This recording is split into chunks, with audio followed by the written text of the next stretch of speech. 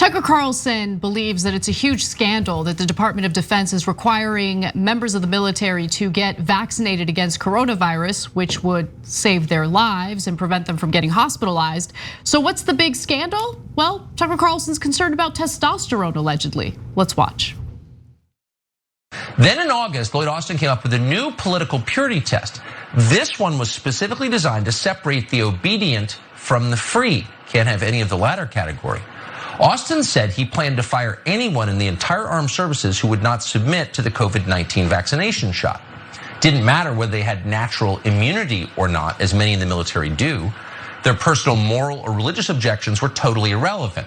The point was to bow before his authority and the authority of the Democratic Party. No excuses, no exceptions. The point of mandatory vaccination is to identify the sincere Christians in the ranks, the free thinkers, the men with high testosterone levels, and anyone else who does not love Joe Biden and make them leave immediately. It's a takeover of the US military. Curious what Tucker Carlson feels toward his own employer, because Fox Corp, noting that over 90% of its employees are now vaccinated, now requires that any unvaccinated full-time staffers submit to daily COVID-19 tests. By the way, it's very likely that Tucker Carlson himself is fully vaccinated, as he peddles conspiracy theories and nonsense about the coronavirus vaccine, which literally saves people's lives. But Cenk, what do you think?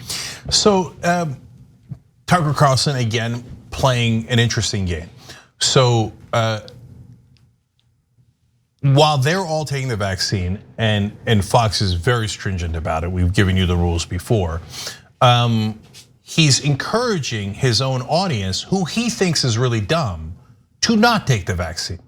And if they die, who cares? They're not rich like him anyway. They're not the heir to the Swanson fortune. They don't have a fancy cable show. And none of them are his friends. So let's play around with their lives and see what happens.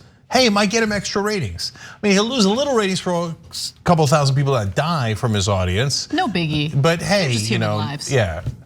So how does he do it? Well, he doesn't tell you to not take the vaccine, because that would create problems. It'd create problems within Fox News. He's more, to be fair to him, more sophisticated than that. So he tells you the people not taking the vaccines are free. This is all from that clip you just watched. They're the free ones, and hence if you took the vaccine, you're not free. In fact, he used the word submit. Exactly. The people who took the vaccine are people who submit. They're apparently weak. Yeah, exactly. That's what he's doing. I mean, that messaging is so clear. Go ahead. Now, he might have taken the vaccine and he's purposely hiding whether he took it or not, right? But he wants you to think weak people take it, even though all of his colleagues have taken it. He's very likely taking it. But he went on. He said, the sincere Christians. So immediately makes it a religious issue, because he knows it triggers the right-wing mind. You don't have to be right about what Jesus said. I mean, the prosperity preachers are saying Jesus loved rich people. Have you ever read the Bible, right?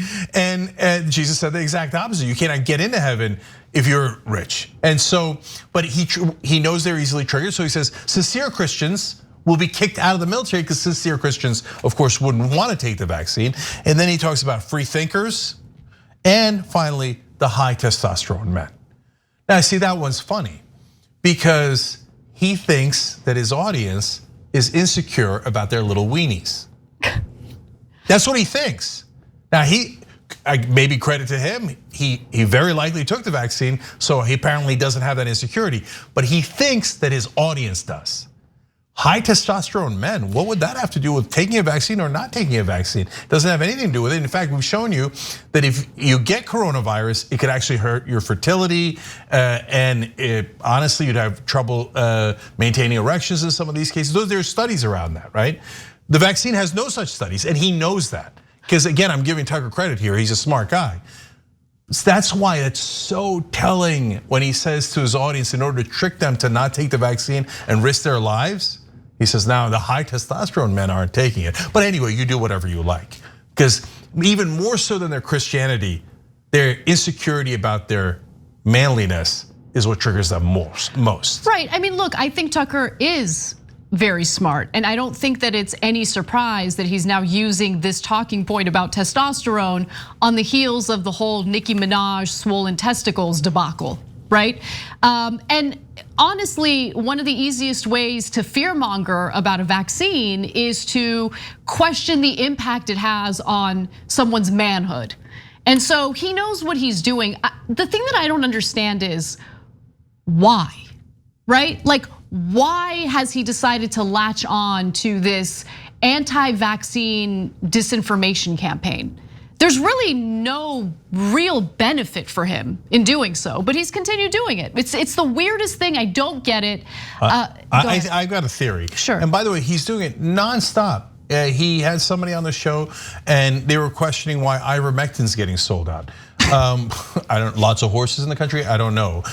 Tapeworm running wild in the cattle in America. No, we know why. Because you're pushing it every night. And he says, now notice you can still buy Xanax by the pound. His implication is they're limiting the supply of ivermectin because they don't want you to get it. Xanax you can get all these other pharmaceutical drugs, but the one drug you can't get is ivermectin. You know why? Because all your knucklehead idiot viewers bought ivermectin even though they don't have tapeworm. Actually, well, let me just add a side note to it because it is relevant to this conversation. There have been shortages of incredibly important pharmaceutical drugs because of the fact that our supply chains are super fragile, especially during a global pandemic. And we have decided to offshore the manufacturing of many of the pharmaceutical drugs that Americans need. So you might be experiencing some shortages, but that's because of good old American capitalism. But that goes to the same point. Yeah. Push conspiracy theories. The drug companies and the government is not letting you have ivermectin. If you were a real man and you were larger and then you wouldn't take the vaccine. Why do all that stuff? Because then Tucker appears to them as the lone protector against all these evil forces that are unseen and inexplicable. They can't figure out what's going on. They can't figure out why people are dying. They can't figure out why their wages are so low and why their family doesn't have health care and why there's fires and droughts that are threatening their homes. They can't figure any of that out. And Tucker comes in and says, everyone else is lying.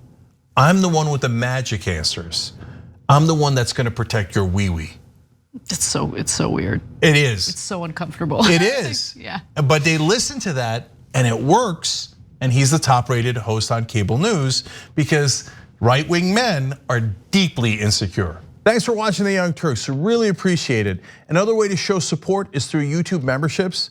You'll get to interact with us more. There's live chat emojis, badges.